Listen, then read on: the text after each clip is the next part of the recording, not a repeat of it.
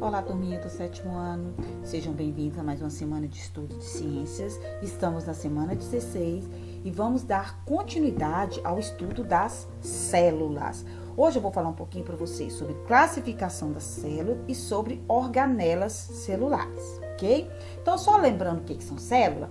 Células são as unidades funcionais e estruturais de todos os seres vivos, né? Então, são as menores partes do organismo de um ser vivo. E essas células, elas podem ser classificadas de várias maneiras. Uma das mais importantes divisões das células, ou classificação das células, são em dois grupos. Os grupos das células eucariontes e das células procariontes, tá? As células procariontes são células relativamente mais simples, comparadas com as eucariontes. São células que não apresentam núcleo, tá? Então, elas têm a membrana plasmática e o citoplasma, mas elas não têm aquela região central chamada núcleo. Então, o material genético dessas células fica no citoplasma, tá? Diferente das outras células, onde o material genético fica dentro do núcleo. Hoje, os únicos organismos procariontes que existem são as bactérias e as cianobactérias. Tá? Então, são células encontradas em poucas espécies de seres vivos. Já as células eucariontes são aquelas células mais completas, tá? Além de terem mais organelas celulares do que as procariontes, elas também têm o núcleo formado. Então, o material genético nessas células fica dentro do núcleo, separado do citoplasma por uma membrana, chamada membrana nuclear ou carioteca, tá? Então, essas células, elas podem ser encontradas na maioria dos seres vivos, como nos animais, né? Como nós, nas plantas, nos fungos, nos protozoários, ou seja, a maior parte dos seres vivos, né, encontrados no planeta, possuem células eucariontes. Aqui eu tenho para vocês um esqueminha dessas duas células. De um lado eu tenho uma célula procarionte, do outro lado eu tenho uma célula eucarionte. Vocês podem ver que a célula eucarionte, ela é bem mais completa do que a procarionte, né? Elas têm, além da membrana plasmática, ela tem o citoplasma, as organelas celulares e elas têm o núcleo, tá? Onde fica o material genético. Já a célula procarionte, elas têm a membrana plasmática, o citoplasma, algumas poucas organelas e o material genético, tá? Diferente das eucariontes, nelas o material genético fica no citoplasma, então ele fica misturado, disperso, solto no citoplasma.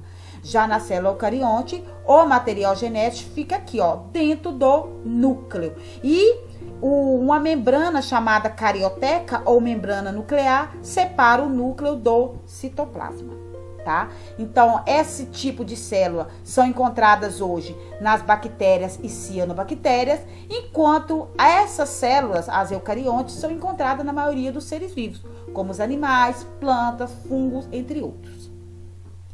Todas essas outras estruturas que tem aqui na célula eucarionte, né, que estão aqui misturadas ao citoplasma, são as organelas celulares, são os pequenos órgãos da célula. Então, essas organelas celulares são estruturas que realizam atividades importantes para o funcionamento das células.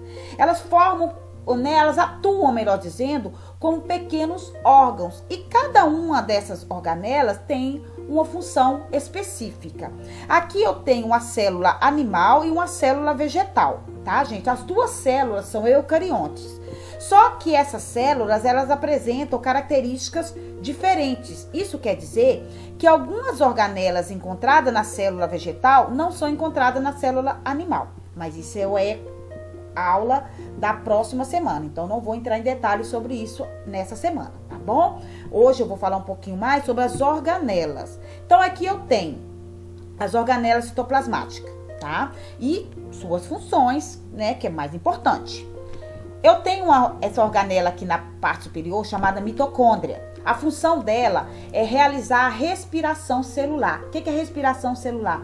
É o processo de produção de energia que a célula realiza. Então, elas produzem energia para a célula. Os ribossomos são organelas responsáveis pela produção de proteína, ou seja, pela síntese de proteína. Então, elas produzem proteínas. O complexo de Golgi, que está aqui abaixo dos ribossomos, são responsáveis pela produção de secreções, ou seja, elas produzem secreções que deverão ser eliminadas pela célula. O retículo endoplasmático, que é essa estrutura aqui em cima, também auxilia na produção de proteína. O retículo endoplasmático liso, esse é o rugoso. Aqui eu tenho o liso. Eles auxiliam na produção de lipídios, que são um tipo de gorduras, e também na eliminação de substâncias tóxicas da célula. Os vacúolos é uma estrutura que eu encontro só na célula vegetal. A função dele é armazenar substâncias, como água e sais minerais que as plantas utilizam.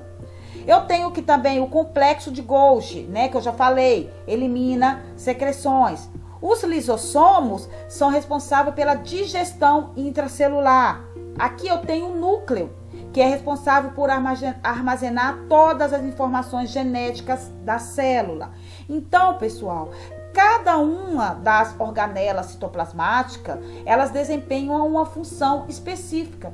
E são essas funções desempenhadas pelas organelas que garantem o funcionamento da célula, fazendo assim com que as células sejam, além da unidade estrutural do nosso organismo, de todos os seres vivos, sejam também as unidades funcionais de todos os seres vivos. Por quê? Todas as funções que mantêm o nosso organismo em funcionamento ocorrem no interior dessas células, graças a essas organelas, ok? Então, por hoje é só. Na nossa próxima aula, eu vou falar um pouquinho mais para vocês sobre a diferença entre a célula vegetal e a célula animal. Então, espero vocês. Abraços!